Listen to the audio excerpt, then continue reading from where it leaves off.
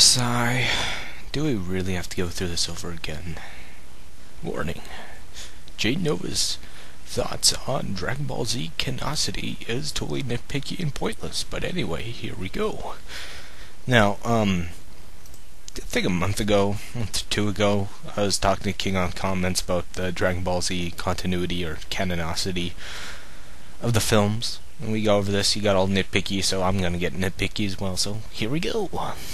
Well, I both enjoyed your reviews of Bardock and History of Trunks.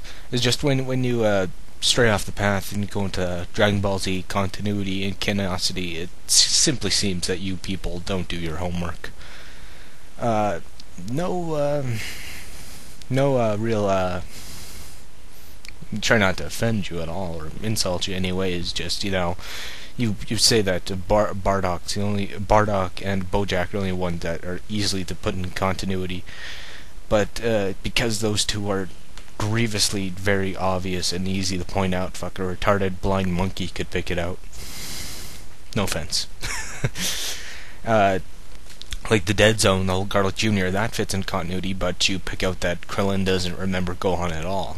So they reference it. That's a minor continuity error. So they reference it later in the Garlic Jr. saga. And the whole thing, it's just like things like that. When it comes to anime and manga, the fuck-ups are far and few between, but when it comes to American comics, whoa, it's a clusterfuck of epic proportions. It's just, when we see a minor mistake in anime, it's a far more glaring type of thing, because you rarely do see it. Well, in animation you see it too. In other films like The World's Strongest, this is the first film to kind of start off the what-if continuity, the what-if saga. What if Goku made it back in time and he saved his friends? He didn't, lounging around on Snake Wave and fell off.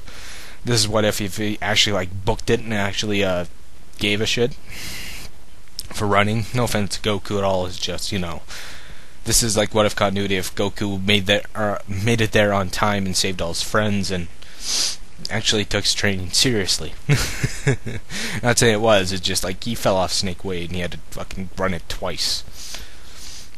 And in Tree Might's the same thing, that's direct sequel to this. This is what if Turles little story like that. It's another what if saga, and it ends with Lord Slug, which is personally my favorite. I just love that film. I don't know why you call it shit, but soundtrack is great. I just love the whole fight scene. This is one of the very few times you see, besides from Frieza, this is the first time in a film that you see Goku get majorly the shit kicked out of him, to the point where it's just a one-sided fight, which I really like that kind of aspect of the main hero getting the shit kicked out of him, and just say, you know what, I'm gonna come back at you tenfold. And this is, not that bad. Then Cooler's Revenge is the only one in continuity. This takes place during the 3-year training period preparing for the androids. This one is in continuity, same thing with Garlic Jr. And the direct sequel of Return of Cooler is also during the 3-year break. We don't know which year we're in, but this does cover the bases why the other heroes are shocked to see that Vegeta is a Super Saiyan in the show, and here we see Vegeta as Super Saiyan for the first time. He explains it. Goku is the only one that sees him as Super Saiyan, while the other people are kidnapped by the meta coolers. And Super Android 13 is really hard to put in. This one probably is the one most riddled with continuity errors. Gohan is still his younger form, and there's a lot of glaring mistakes in this one. You can say this takes place during the 10-day break, but that's really pushing it. This one, the only thing memorable about this film, Goku gets punched in the nuts. That's about it. Probably the legendary Super Saiyan does fit in continuity quite well. It's during the 10-day break for the Cell games. This one is probably one of my favorites as well. It's just a really great kind of rivalry kind of movie to me. And then this is the first film you see Vegeta having a mental breakdown of just giving up. I kind of think that's a really out of character moment, and I think not necessarily a bad out of character moment. It's just he realizes that this thing is just fucking unstoppable beast, and it's the fight scene is good. One of the things I find is just hilarious that Piccolo appears out of nowhere. We have no idea how the fuck he got home.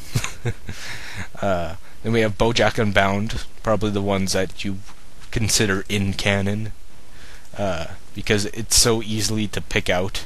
Fuck, Retarded Monkey could pick this one out. And we got Bio Brawly. Bio Brawly is... No, Brawly's Second Coming. Brawly's Second Coming is right before... This is near the end of the Great Saiyaman Saga, where Videl is learning how to use her ki and flying and all that stuff. And this one is quite easy. This one is right before the martial arts tournament and the Majin Buu Saga. This is on the cusp between the Great Saiyaman and the Majin Buu Saga, just right in between there. Then we have Bio Brawly, which we don't know really. This one could probably take place right after the Majin Buu Saga.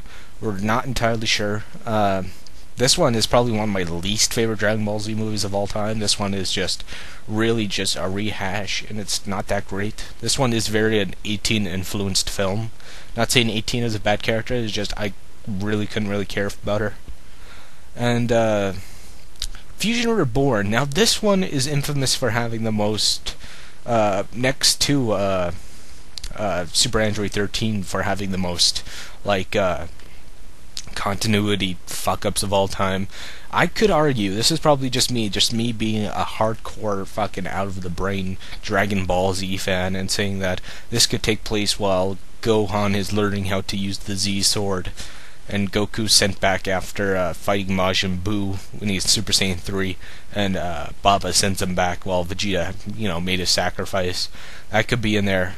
And this one is great too because they do a Hitler reference, which I think is hilarious. There's one part where Goten and Trunks go Super Saiyan, and Hitler's like, "Wow, how'd they turn themselves blonde? Gotta learn how to do that." Of course, that's a reference to the Aryan thing, which I think is hilarious. Wrath of the Dragon. This film, I think I've only seen this film once. I wasn't really shocked about it, and this film does. Oh, I lost my track of thought, sorry.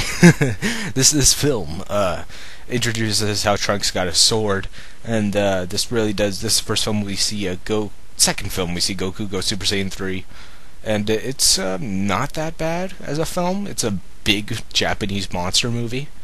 Not the greatest, but it's okay. It's one of the last classic Dragon Ball movies we got.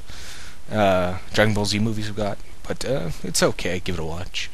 We got the specials, of course. Bardock is fantastic. Love that film. History of Trunks. I've seen this one on and off a couple times.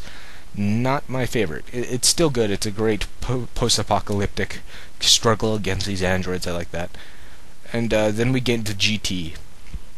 Let me tell you, peoples, about GT. It's in canon. If you don't like it or not, it's in canon. Okay? It's not horrible. It's not the worst thing ever to happen to Dragon Ball. It's when it happens to in comic books when a writer picks off somebody who say a writer picks up on something that another writer finished off on something. This is exactly like this. It's just it's something they took in a different direction. A lot of people didn't like it. Overall, it's mediocre at best, but it's not horribly bad like other anime of today. It's kind of like that, it rarely happens in manga and anime. But, Then we have the video game, or not video game, or is a video game kind of thing, what's it called? I forget it, but it's an OVA, Plan to Eradicate the Saiyans. I have not seen this film. I don't think that they Funimation dubbed it yet. I'm not sure. And but they're gonna put it in Raging Blast 2, and they made a video game of it on the regular Nintendo in '93, which is far past the Nintendo's lifespan.